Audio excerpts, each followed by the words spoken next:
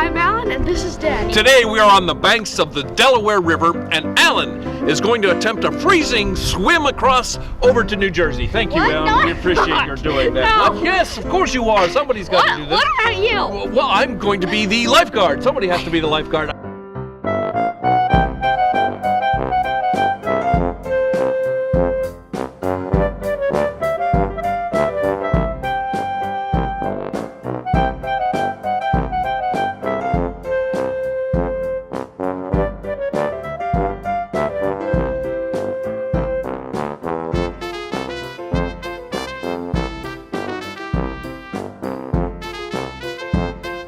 So, Daddy's delusional. Why would you think I would swim across the Well, Delaware? like I said, somebody's got to do it, and you forgot to pack a boat, so... We're in Washington Crossing Historic Park, the very place that Washington famously crossed the Delaware River on Christmas Eve, 1776. A few weeks ago, we showed you Washington's greatest defeat at Fort Necessity. Now we show you one of his greatest victories. Washington is now a lot older and wiser. In 1776, he was 44 years old, and this time he wasn't fighting with the British, he was fighting against them. Just the same, he found himself in another miserable situation. In short, Washington had suffered a big defeat in New York and ultimately retreated all the way across New Jersey and across the Delaware River into Pennsylvania. Washington had two things going for him. First, he brought every boat he could find for miles around across the river with him. Second, the British were spread a little thin across New Jersey, and the citizens there weren't too friendly to the British. On the other hand, Washington was very low on supplies, and the enlistments were expiring for many of his war-weary men on January 1st, only a week away. If that wasn't bad enough, there was a rumor that the British were waiting for the river to freeze over so they could march across for an attack. Across the river in Trenton, the Hessian soldiers, German allies of the British, were yucking it up and having a Christmas party with lots of spiced rum.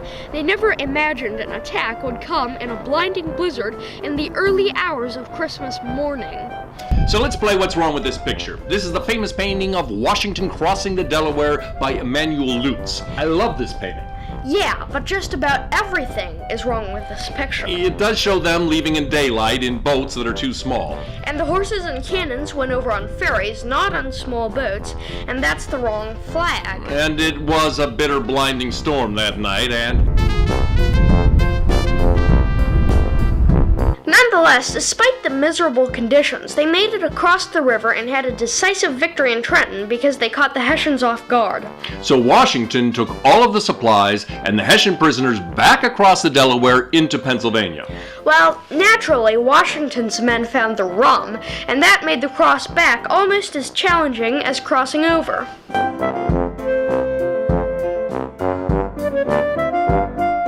At that point, though, the Continental Congress came up with more money for the men, and the soldiers were feeling pretty good about themselves. So, many of them decided to re-enlist. By New Year's Day, they were back across the river and on through New Jersey. Eventually, they would make their winter camp in Morristown, New Jersey. They have a recreation of the crossing here every year on Christmas Day, and it's a terrific event. We leave a link below for the Washington Crossing National Historic Park, so you can get all of the information on that. If you're unable to attend that, though, I highly recommend a terrific video by Thomas Linsky. It very nicely captures the events of the day.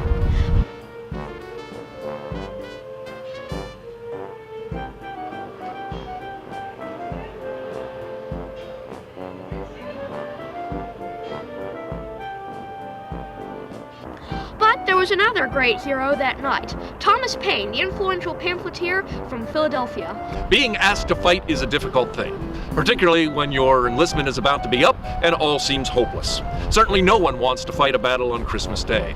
The men needed both the amazing leadership of George Washington and the inspiration of Thomas Paine. Before they left that night, copies of Paine's The Crisis were being handed out to the men. It begins like this. These are the times that try men's souls. The summer soldier and the sunshine patriot will, in this crisis, shrink from the service of their country. But he that stands by it now deserves the love and thanks of men and women. Tyranny, like hell, is not easily conquered. Yet we have this consolation with us, that the harder the conflict, the more glorious the triumph. What we obtain too cheap, we esteem too lightly. It is dearness only that gives everything its value. Heaven knows how to put a proper price upon its goods. And it would be strange indeed if so celestial an article as freedom should not be highly rated. We can learn a lot from that. Absolutely. Look, we have some tough economic times right now all over the country.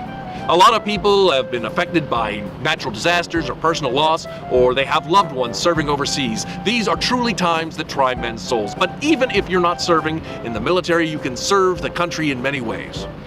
You can certainly help with food and clothing for the needy. That's a worthy cause. But you always hear me talk about taking kids to a concert or a museum or a park or something, and I want you to know that I'm aware that this isn't a possibility for a lot of kids. And I'm so grateful that I have this opportunity to do this with Alan, and you could make a real difference in a kid's life. Everyone knows a kid who could benefit from a little adult attention, and some of them are at-risk youth, some of them are from single-parent families, and some are truly suffering from our current economic situation. So if you can take time with them and take them someplace, that would be terrific. But even if you just took time to listen or spend an afternoon watching educational videos on YouTube together, well, that's a way of building a memory for a lifetime.